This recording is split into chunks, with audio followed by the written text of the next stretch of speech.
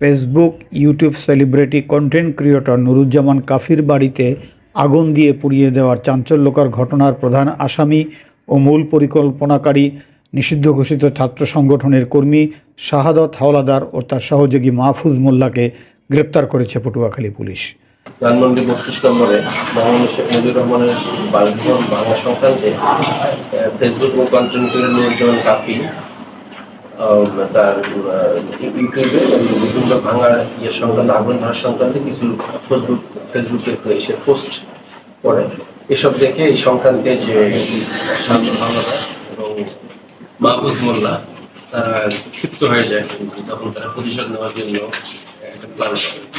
এই প্ল্যানের অংশ হিসেবে তারা 12 তারিখ 12/2/25 এপ্রিল মাসের 12 তারিখ তারা রাত্রি তারা এই শাহাদত এবং মাহফুজ মোল্লা বরিশাল থেকে বিআরটিসি গাড়িতে চড়ে তারা আমতলীর বান্দুরা বাস স্ট্যান্ডে এসে নামে। দেন ওখানে এসে ওখান থেকে তারা একটা দোকান থেকে মূল পরিকল্পনাকারী যে শাহাদত তার পরিচিত একটা দোকান থেকে তারা 500 টাকার ডিজেল কেনে। এরপর আমতলী গিয়ে তারা দুইজনে একটা মোটরসাইকেল ভাড়া নেয়। এই মোটরসাইকেলটা ভাড়া নিয়ে তারা কাফির বসত বাড়িতে যায়। কাফির বসত বাড়ি হলো নুরুজ্জামান কাফির বসত বাড়ি হলো রজপাড়া এলাকায়। ওখানে যাওয়ার পর তারা যখন রাত্রেবেলা মোটরসাইকেলটা পাশে রেখে বাসায় যায়, বাসায় গিয়ে তারা ওই যে তেল নেয়, এই তেলটা বাসার চতুর্দিকে বিভিন্ন ঘরের মধ্যে তারা এই স্প্রে করে ঢেলে দেয়। এরপরে একজন একটা ন্যাকড়া দিয়ে ওয়ালে মুছে দেয়, যে কনফার্ম করে যে তেলটা সব চতুর্দিকে পড়ে গেছে। এরপর মাহফুজ মোল্লার কাছে একটা ব্যাগ ছিল, এটা দিয়ে তারা আগুন লাগায় দেয়। আগুন লাগানোর পর যখন আগুন লাগার আগে কিছুক্ষণ আগে ওদের একটা গেট ছিল, ওই গেটটা দড়ি দিয়ে তারা লাগাই দেয় যাতে হঠাৎ করে কেউ ওইদিকে বের হয়ে না আসতে পারে।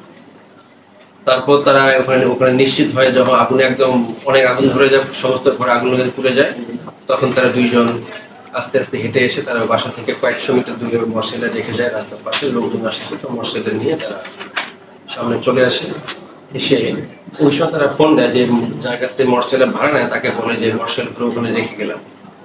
এরপর ওখান থেকে বের হয়ে এসে তারা এই একটা বাসে উঠে ভোরবেলা বরিশাল চলে আসে।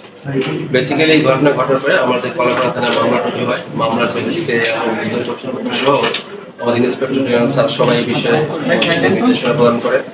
আমি আমাদের এডিশনের সদস্য থাকেন মোহাম্মদ শাহিদুল ইসলাম এবং টিভির টিমকে এই বিষয়ে ইনভেস্ট করি। তারা বিভিন্ন বিষয়ে সিসি ক্যামেরা এবং তথ্যযুক্তির বিভিন্ন ব্যবহার, বিভিন্ন জায়গায় গিয়ে তথ্য সংগ্রহ এবং তাদেরকে পদব্রজে অনেক কাজ করতে হয়েছে এবং অনেক পরিশ্রম করতে হয়েছে। এটা নিয়ে ফাইনালি যে তার বাসায় যে আগুন দেওয়ার বিষয়টা এখন আসামিরা আমাদের হাতে আছে, গ্রেফতার আছে, আইনগত সম্বোধন করবো। পাশাপাশি আমরা এখন এটার মোটিভ অর্থ যোগান দেওয়ার অন্য কোনো কিছু আছে কিনা এটা আমরা তদন্ত করে দেখবো। আমার দেশের প্রশাসনের হাত অনেক লম্বা, সকল দেশের প্রশাসনের হাতে অনেক লম্বা, যেটা আমি আসলে বাস্তবে দেখেছি, আপনারাও দেখেছেন। আমি আসলে এতদিন মনে হচ্ছে আমি নিজেই আসামি, এরকমটা মানুষ আমাকে করে ফেলছে যে কাফি নিজের ঘর নিজে পুড়িয়ে দিছে, জ্বালিয়ে দিছে, নানান রিউমার ছড়ানো হয়েছে, যেটা আজকে আপনারা এসপি স্যারের কথোপকথন নিয়েছেন, আপনারা দেখেছেন। তারা ছাত্রলীগের ছেলে পেলে এবং তারা জয় বাংলা ক্যাম্পেইন করে থাকে নিয়মিত। তো তারা প্ল্যানিং করে আমার ঘরে কেরোসিন মেখে জ্বালিয়ে দিয়েছে। তাদের ক্ষোভ ছিল আমি ধানমন্ডি 32 ছিলাম, জুলাই আগস্ট আন্দোলনে ছিলাম। এটার উপর ডিপেন্ড করে আমার ঘর বাড়ি তারা আমার ঘরের বাহির থেকে লাগিয়ে তারা জ্বালিয়ে দিয়েছে। অবশেষে পটুয়াখালী জেলা পুলিশ তারা তাদেরকে দীর্ঘ প্রায় 1 মাস হয়ে যাচ্ছিল অনেক পরিশ্রম করে টেকনিক্যালি সাপোর্ট নিয়ে তারা তাদেরকে আইনের আওতায় নিয়ে আসতে পেরেছে। তাদেরকে অসংখ্য ধন্যবাদ। আমাদের